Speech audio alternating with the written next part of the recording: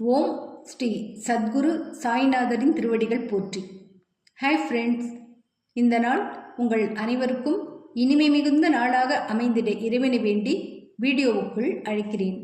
நாம் ஸ்ரீ சாயி சச்சரிதம் அத்தியாயம் 18 and 19 சென்ற வீடியோவில் திருவாளர் சாதவின் பிரச்சனைகளை அறிந்து அவருக்கு குரு சரித்திரத்தை பாராயணம் செய்யும்படி கூறி ஆசி வழங்கியதும், திரு ஹேமந்த்பந்தின் எண்ண ஓட்டத்தை அறிந்து அவருக்கும் கருணை காட்ட நினைத்து அவரை ஷாமாவை சந்தித்து தட்சிணையை பெற்றுக்கொண்டு உரையாடிவிட்டு வர சொன்னதையும் கண்டோம். இந்த வீடியோவில் சென்ற வீடியோவின் தொடர்ச்சியைத்தான் பார்க்கப் போகிறோம்.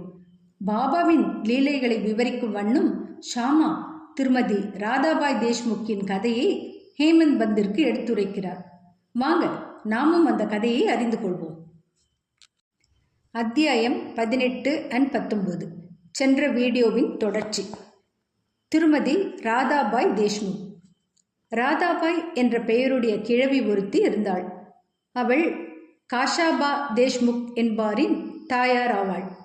பாபாவின் புகழை கேள்விப்பட்டு சங்கம்நேர் நகர மக்களுடன் அவள் ஷீரடிக்கு வந்தாள். பாபாவின் தரிசனத்தை பெற்று மிகவும் திருப்தி அடைந்தாள். பாபாவை மிகவும் உள்ளார்ந்த அன்புடன் அவள் நேசித்தாள். தான் பாபாவை குருவாக ஏற்றுக்கொண்டு அவரிடம் இருந்து ஏதேனும் உபதேசம் பெற வேண்டும் என்று தீர்மானித்தாள். அதைத் தவிர அவளுக்கு வேறு ஒன்றும் தெரியாது. பாபா அவளை ஏற்றுக்கொண்டு மந்திரமோ உபதேசமோ அளிக்காத வரையில் தான் சாகும் வரை உண்ணாவிரதம் இருக்கப் போவதாக உறுதி பூண்டாள். தனது இருப்பிடத்தில் தங்கி 3 நாட்களாக உணவையும் நீரையும் விட்டொழித்தாள். கிழவியின் இந்த மிக கடுமையான பரீட்சையை கண்டு நான் திகிலடைந்தேன். அவள் சார்பில் பாபாவிடம் இடையிட்டு பரிந்து பேசினேன். நான் கூறினேன், தேவா, தாங்கள் இவ்வாறாக தொடங்கியிருப்பது என்ன? தாங்கள் ஏராளமானவர்களை இவ்விடம் ஈர்த்து இழுக்கிறீர்கள். தங்களுக்கு அக்கிழவியை தெரியும். அவள் மிகவும் பிடிவாதமுடையவளாகவும் தங்களையே முழுவதுமாக சார்ந்தும் இருக்கிறாள். தாங்கள் அவளை ஏற்றுக்கொண்டு உபதேசம் தந்தாலோடிய சாகும் வரை உண்ணாவிரதம் இருப்பதாக தீர்மானித்து இருக்கிறாள். ஏதாவது மோசமாக நிகழ்ந்துவிட்டால் மக்கள் தங்கள் மீது பழி சுமத்துவார்கள். பாபா அவளுக்கு உபதேசிக்கவில்லை, அதன் விளைவாக அவள் மரணம் அடைந்தாள் என்று கூறுவார்கள். எனவே அவள் மீது கருணை கூர்ந்து அவளை ஆசீர்வதியுங்கள், அவளுக்கு அறிவுறுத்துங்கள். அவளது தீர்மான உறுதியை கண்டு பாபா அவளை கூப்பிட்டு அனுப்பினார். பின்வருமாறு அவளிடம் உரையாற்றி அவளது மனப்போக்கை மாற்றினார். ஓ அம்மா, பாபா எப்போதும் பெண்களை அம்மா என்றும் ஆண்களை காக்கா, பாபா, பாவ் என்றும் அன்புடன் அழைப்பார். ஏன் தேவையற்ற சித்திரவதைக்கு தங்களை தாங்களே உட்படுத்தி கொண்டு சாவை எதிர்நோக்குகிறீர்கள்? தாங்கள் உண்மையிலேயே எனது தாய். நான் தங்களது குழந்தை. என்மேல் இரக்கம் கொண்டு நான் சொல்வதை முழுவதும் கேட்பீர்களாக. எனது சொந்த கதையே சொல்கிறேன். அதை கவனமாக கேட்பீர்களானால் தங்களுக்கு அதனால் நன்மை விளையும். எனக்கு ஒரு குரு இருந்தார். அவர் ஒரு மாபெரும் முனிவர், மிக்க கருணை உள்ளவர். நான் அவருக்கு நெடுங்காலம் சேவை செய்தேன், பன்னெடுங்காலம். எனினும் அவர் என் காதுகளில் எவ்வித மந்திரத்தையும் ஓதவில்லை. அவரை ஒருபோதும் விட்டு பிரியாமல் இருக்கவும், அவருடனேயே தங்கியிருந்து அவருக்கு சேவை செய்யவும், எப்பாடுபட்டாவது அவரிடமிருந்து சிறிது உபதேசம் பெறவும் எனக்கு கூறிய ஆர்வம் இருந்தது. ஆனால் அவருக்கு தமக்கே உரிய வழிமுறை இருந்தது. அவர் என் தலையை மொட்டை அடிக்க செய்து 2 பைசாக்களை தட்சிணையாக கேட்டார். நான் அவைகளை உடனே அளித்தேன். எனது குரு முழு நிறைவானவராய் இருப்பதால் அவர் ஏன் பணத்தை கேட்க வேண்டும்? அப்படியாயின் அவரை எங்கனம் பற்றற்றவர் என்று கூறவியலும் என்று தாங்கள் கேட்பீர்கள் என்றால், காசுகளை அவர் லட்சியம் செய்யவில்லை என்று நான் ஒளிவு மறைவின்றி பதில் கூறுவேன். அவைகளை கொண்டு அவருக்கு ஆக வேண்டியது என்ன? அவர் தம் 2 பைசாக்களாவன: 1 உறுதியான நம்பிக்கை, நிஷ்டா; 2 பொறுமை அல்லது விடாமுயற்சி, சபூரி. இந்த 2 பைசாக்களை நான் அவருக்கு அளித்தேன். அவர் பெரிதும் மனம் மகிழ்ந்தார். எனது குருவிடம் தஞ்சமாக நான் 12 ஆண்டுகள் இருந்தேன். அவர் என்னை வளர்த்தார். உணவுக்கும் உடைக்கும் பஞ்சமில்லை. அவர் முழுமையும் அன்புடையவராக இருந்தார். ஆம், அவர் அன்பின் அவதாரமே ஆவார். எங்கனம் நான் அதை விவரிக்க இயலும்? அவர் என்னை மிக மிக அதிகமாக விரும்பினார். அவரை போன்ற குரு அபூர்வம். நான் அவரை நோக்கும்போது ஆழ்ந்த தியானத்தில் இருப்பதாக காணப்பட்டார். பின்னர் நாங்கள் இருவரும் பேரின்பத்தில் நிரம்பி விடுவோம். இரவும் பகலும் நான் பசிதாகத்தை மறந்து அவரையே ஆழ்ந்து நோக்கிக் கொண்டு இருப்பேன். அவரின்றி நான் இருப்பு கொள்ளாதவன் ஆனேன். எனக்கு எனது தியானத்திற்கு அவரை தவிர வேறெவ்வித பொருளும் இல்லை. அன்றி அவருக்கு பணிவிடை செய்வதை தவிர எனக்கு வேறெவ்வித வேலையும் இல்லை. அவரே எனது ஒரே அடைக்கலம். எனது மனம் எப்போதும் அவர் மீதே உறுதிப்பட்டிருந்தது. இந்த நிஷ்டா, உறுதியான நம்பிக்கை ஒரு பைசா தட்சணையாகும். சபூரி, பொறுமை அல்லது விடாமுயற்சி என்பது மற்றொரு பைசாவாகும். குருவிடம் நான் பொறுமையுடன் மிக நீண்ட காலம் வரை சேவை செய்தேன். இந்த சபூரியானது உங்களை இவ்வுலக வாழ்க்கை என்னும் பெரும் கடலை கடப்பதற்குரிய தோணியிலேற்றி அக்கறை சேர்ப்பிக்கும். மனிதனிடத்தில் உள்ள ஆண்மையே சபூரி. அது பாவங்களையும் வேதனைகளையும் நீக்குகிறது. பல்வேறு வகைகளில் பேராபத்துகளை விலக்குகிறது. எல்லா அச்சங்களையும் அப்பால் அகற்றுகிறது. கடைமுடிவாக உங்களுக்கு வெற்றி அளிக்கிறது. சபூரி நற்பண்புகளின் சுரங்கம், நல் எண்ணங்களின் கூட்டாளி. நிஷ்டாவும் நம்பிக்கை, சபூரியும் பொறுமை ஒருவரை ஒருவர் மிக நெருக்கமாக நேசிக்கும் இரட்டை சகோதரிகளை நிகழ்த்தவை. என்னுடைய குரு ஒருபோதும் வேறெதையும் என்னிடமிருந்து எதிர்பார்த்ததே இல்லை. அவர் என்னை ஒருபோதும் புறக்கணித்ததும் இல்லை. எப்போதும் என்னை பாதுகாத்தார். நான் அவருடன் தங்கி வாழ்ந்தேன். சில சமயம் அவரை விட்டு பிரிந்தும் வாழ்ந்தேன். எனினும் நான் ஒருபோதும் அவர் தம் அன்புடைமைக்கு தேவையையோ அன்பின்மையையோ கண்டதில்லை. தாய் ஆமையானது தனது இளங்குட்டிகள் தன் அருகில் இருப்பினும், தன்னை விட்டு நீங்கி ஆற்றின் அக்கறையில் இருப்பினும் தனது அன்பு பார்வையால் பேணி வளர்க்கும். அதே விதமாக அவர் தம்முடைய கண்ணோட்டத்தினாலேயே எப்போதும் என்னை பாதுகாத்தார். ஓ அன்னையே, எனது குரு எனக்கு எவ்வித மந்திரத்தையும் போதிக்கவில்லை. பின்னர் நான் எங்கனம் தங்களது காதுகளில் மந்திரத்தை ஓத முடியும்? குருவின் ஆமையினத்தை நிகழ்த்த அன்பு கண்ணோட்டம் ஒன்றே நமக்கு மகிழ்ச்சியை நல்குகிறது. எவரிடமிருந்தும் மந்திரமோ உபதேசமோ பெற முயலாதீர்கள். என்னையே உங்களது எண்ணங்கள், செயல்கள் இவற்றின் ஒரே குறிக்கோளாக அமைத்துக் கொள்ளுங்கள். சந்தேகம் ஏதுமின்றி நீங்கள் நிச்சயம் பரமார்த்திகத்தை, வாழ்வின் ஆன்மீக குறிக்கோளை எய்துவீர்கள். என்னை உங்களது முழு மனதோடு நோக்குங்கள். பதிலாக நானும் அங்கனமே தங்களை நோக்குவேன். இம்மசூதியில் அமர்ந்து கொண்டு நான் உண்மையையே பேசுகிறேன். உண்மையை தவிர வேறெதுவும் பேசவில்லை. சாதனைகள் ஏதும், 6 சாஸ்திரங்களில் கைதேர்ந்த அறிவு ஏதும் தேவையில்லை. உங்களது குருவினிடத்தில் நம்பிக்கையும் பற்றுறுதியும் கொள்ளுங்கள். குருவே தனி ஒருவரான நடத்துனர், இயக்குனர் என நம்புங்கள். தனது குருவின் பெருமையை அறிபவன், அவரையே ஹரிஹர பிரம்மம் என்று, திருமூர்த்தி அவதாரம் என்று கருதுபவன் ஆசீர்வதிக்கப்பட்டவன். இவ்வாறாக அறிவுறுத்தப்பட்டு கிழவி உடன்பட்டாள். அவள் பாபாவை வணங்கி உண்ணாவிரதத்தை கைவிட்டாள். இக்கதையை கவனத்துடனும் கருத்துடனும் கேட்டுக்கொண்டிருந்த ஹேமந்த்பந்த் அதன் குறிப்பு நுட்பத்தையும் பொருத்தத்தையும் குறித்து பெருமளவு ஆச்சரியத்தில் மூழ்கினார். பாபாவின் இவ்வதிசய லீலையை கண்டு கொண்டு உச்சி முதல் உள்ளங்கால் வரை அவர் உருகினார். மகிழ்ச்சி பெருக்கால் பொங்கி வழியலானார். அவர் தம் தொண்டை அடைத்தது.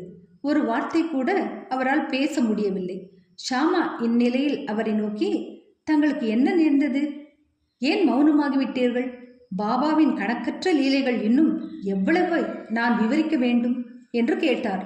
இது தருணம் மத்தியான வழிபாடும் ஆரத்தி சடங்கும் மசூதியில் ஆரம்பமாகிவிட்டன என்பதை அறிவிக்கும் வகையில் மசூதியில் இருக்கும் மணி அடிக்கத் தொடங்கியது.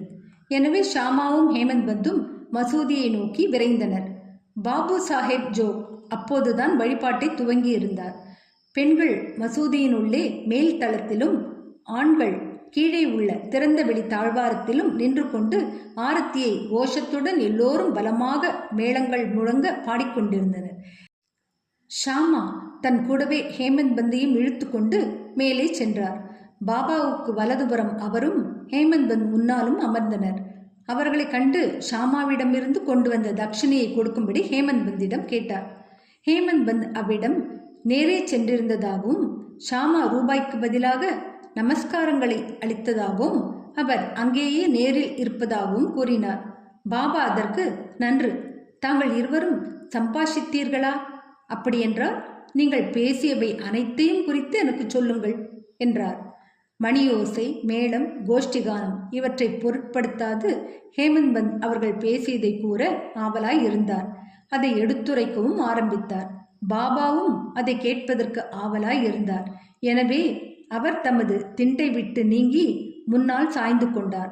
தாம் உரையாடிவை எல்லாம் மிகவும் மகிழ்வளிக்கின்றவை, குறிப்பாக கிழவியின் கதை மிக மிக அற்புதமானது என்றும் அதை செவிமடுத்ததன் பொருட்டு அவர் பாபாவின் லீலை விவரிக்க இயலாதது என்றும் கதை என்ற புறத்தோற்றத்தில் பாபா தம்மையே உண்மையில் ஆசிர்வதித்திருப்பதாக தாம் நினைப்பதாகவும் கூறினார். பின்னர் பாபா, கதை அற்புதமானது, எங்கனம் நீங்கள் ஆசீர்வதிக்கப்பட்டீர்கள்? நான் உங்களிடமிருந்து எல்லாவற்றையும் விளக்கமாக அறிந்து கொள்ள விரும்புகிறேன். எனவே அவை அனைத்தையும் குறித்து எனக்கு இப்போது சொல்லுங்கள் என்றார். ஹேமந்த் பந்த் தான் சற்று முன்னர் கேட்ட தனது உள்ளத்தில் நிலையான முத்திரையை ஏற்படுத்திய கதையை முழுக்க விவரித்தார். இதை கேட்டு பாபா மிகவும் மகிழ்ச்சியுற்றார். மேலும் அவரை நோக்கி, இக்கதை உமது உள்ளத்தில் பதிவுற்றதா? அதன் குறிப்பு நுட்பத்தை பிடித்து கொண்டீரா என்றார். அவர், ஆம் பாபா, எனது மனதின் பதைபதைப்பு மறைந்தொழிந்தது. எனக்கு உண்மையான சாந்தியும் அமைதியும் கிடைத்தன. நான் உண்மையான வழியை அறிய பெற்றேன் என்றார். பாபா பின்வருமாறு உரைத்தார். எனது நிகழ்முறை மிகவும் தனித்தன்மை வாய்ந்தது. இக்கதையை நன்றாக ஞாபகப்படுத்திக் கொள்ளுங்கள். அது மிகவும் பயனுள்ளதாக இருக்கும். ஆத்மாவின் ஞானத்தை அனுபூதி அடைவதற்கு தியானம் இன்றியமையாதது. அதை இடையறாது பயிற்சித்தீர்களானால் விருத்திகள், எண்ணங்கள் அமைதிப்படுத்தப்படும். ஆசைகளற்ற நிலையில் இருந்து கொண்டு நீங்கள் அனைத்துயிர்களிலும் இருக்கின்ற ஆண்டவரை தியானியுங்கள். மனது ஒருமுகப்படுத்தப்பட்ட பின்பு நமது குறிக்கோள் எய்தப்பட்டுவிடும். ஞானம் எனும் சத்து பண்பே திருவுரு கொண்டது எனவும் உணர்வு திரளும் பேரானந்தமும் ஆகிய எனது திருவுருவமற்ற இயல்பை எப்போதும் தியானம் செய்யுங்கள். இதை செய்ய தங்களால் இயலாவிடில் இங்கே இரவும் பகலும் காண்பதைப் போன்று உச்சி முதல் உள்ளங்கால் வரை உள்ள எனது ரூபத்தை தியானம் செய்யுங்கள். இதை தாங்கள் செய்து கொண்டே போகும்போது தங்களின் விருத்திகள், எண்ணங்கள் ஒரே இலக்கில் குவிக்கப்படும். தியானம் செய்பவர், தியானம், தியானிக்கப்படும் பொருள் இவைகளிலுள்ள வேறுபாடு மறைந்துவிடும். தியானம் புரிபவர் உச்ச உணர்ச்சி திரளுடன் ஒன்றி பிரம்மத்துடன் கலந்து ஐக்கியமாகி விடுவார். தாய் ஆமை நதியின் ஒரு கரையிலும் அதன் குட்டிகள் மறுகரையிலும் இருக்கின்றன. அவைகளுக்கு அது பாலோ உஷ்ணமோ அளிப்பதில்லை. அதனுடைய கண்ணோட்டம் ஒன்றே அவைகளை போஷிக்கிறது. குட்டிகள் தமது தாயாரை ஞாபகத்தில் கொள்ளுதலை தியானிப்பதை தவிர வேறொன்றும் செய்வதில்லை. தாய் ஆமைகளின் கண்ணோட்டம் குட்டிகளுக்கு காலூன்றி பெய்யும் அமுத மழையாகவும் ஊட்டப்பண்பிற்கும் மகிழ்ச்சிக்கும் உள்ள ஒரே தோற்றுவாயாகவும் இருக்கிறது. குருவுக்கும் சீடர்களுக்கும் இடையில் உள்ள உறவும் அத்தகையதே ஆகும். பாபா இம்மொழிகளை உதிர்த்து முடித்த பின்பு ஆரத்தி கோஷ்டிகானம் முடிவுற்றது.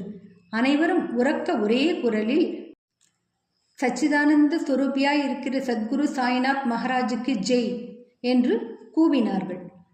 அன்பார்ந்த வாசகர்களே, நாமும் இந்த நேரம் மசூதியில் கூட்டத்துடன் நின்று கொண்டிருப்பதாக நினைத்து கொள்வோம். ஜெய ஜெய கோஷத்தில் நாமும் அவர்களுடன் பங்கு கொள்வோம்.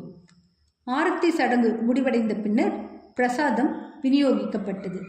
வழக்கம் போல் பாபு சாஹேப் ஜோ முன்னே வந்து பாபாவை வணங்கிய பின் அவரின் உள்ளங்கை நிறைய கற்கண்டை அளித்தார். பாபா இவை முழுவதையும் ஹேமந்த் பந்தின் கைகளில் திணித்து அவரிடம், இக்கதையை உள்ளத்தில் நிறுத்தி நன்றாக நினைவில் வைத்துக் கொள்வீர்களேயானால் தங்களது நிலையும் கற்கண்டை போலவே சுவையுள்ளதாகும். உங்களது எல்லா விருப்பங்களும் நிறைவேற்றப்படும். நீங்களும் சந்தோஷமாய் இருப்பீர்கள் என்று கூறினார்.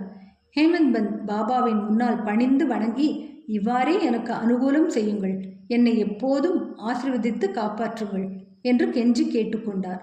பாபா அதற்கு, இக்கதையை கேட்டு அதனை குறித்து தியானித்து அதன் மெய்க்கருத்தை ஜீரணித்துக் கொள்ளுங்கள். அப்போது உங்களிடத்திலிருந்து தாமே உருவெளிப்படுத்தி காட்டுகின்ற ஆண்டவரை எப்போதும் ஞாபகமூட்டி தியானித்துக் கொண்டிருப்பீர்கள் என்று பதிலளித்தார். அன்பான பக்தர்களே, அப்போது ஹேமந்த் பந்த் கற்கண்டு பிரசாதத்தை பெற்றார். நாமும் இப்போது கற்கண்டு பிரசாதம் அல்லது இக்கதையின் அமிர்தத்தை பெறுவோம். அதை நாம் உள நிறைவுடையும் வரை பருகுவோம், அதை தியானிப்போம், அதை ஜீரணித்துக் கொள்வோம். பாபாவின் அருளினால் வலிமையுடனும் மகிழ்ச்சியுடனும் இருப்போம். ஆமீன். 19ஆம் அத்தியாயத்தின் இறுதியில் ஹேமந்த் பந்த் மற்றும் சில விஷயங்களை பற்றி கூறியிருக்கிறார். அவைகள் கீழே தரப்பட்டுள்ளன. அவற்றை அடுத்த வீடியோவில் காண்போம். என்ன ஃப்ரெண்ட்ஸ், இந்த வீடியோ பிடிச்சிருந்தா லைக் பண்ணுங்கள், ஷேர் பண்ணுங்கள், சேனலை சப்ஸ்கிரைப் பண்ணுங்கள். எனக்கு இதுவரை சப்ஸ்கிரைப் பண்ணியுள்ள அனைவருக்கும் என்னுடைய மனமார்ந்த நன்றிகள். மீண்டும் அடுத்த வீடியோவில் சந்திக்கும் வரை உங்கள் அனைவருக்கும் நன்றி கூறி விடைபெறுகிறேன். வணக்கம்.